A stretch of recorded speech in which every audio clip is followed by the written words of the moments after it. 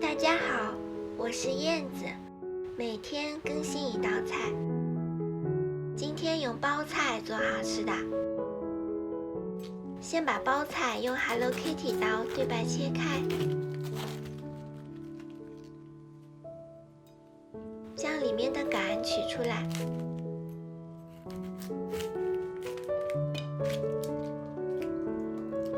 然后将包菜的每一片叶子分开，再撕成大小均匀的片备用。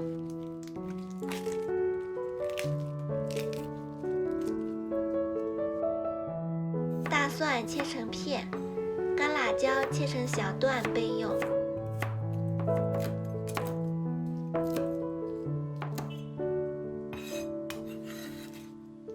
把锅烧热，锅里多放点油，把包菜放进来。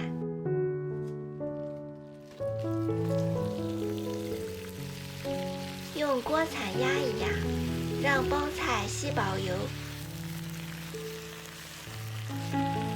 炒软后先盛出来。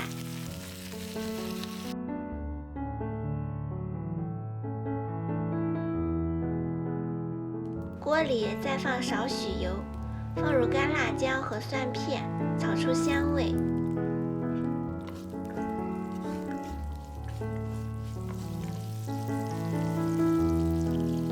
倒入炒软的包菜，加适量盐、生抽、米醋，翻炒均匀。最后再加适量白糖提鲜。再次炒匀后就完成啦，做法非常简单。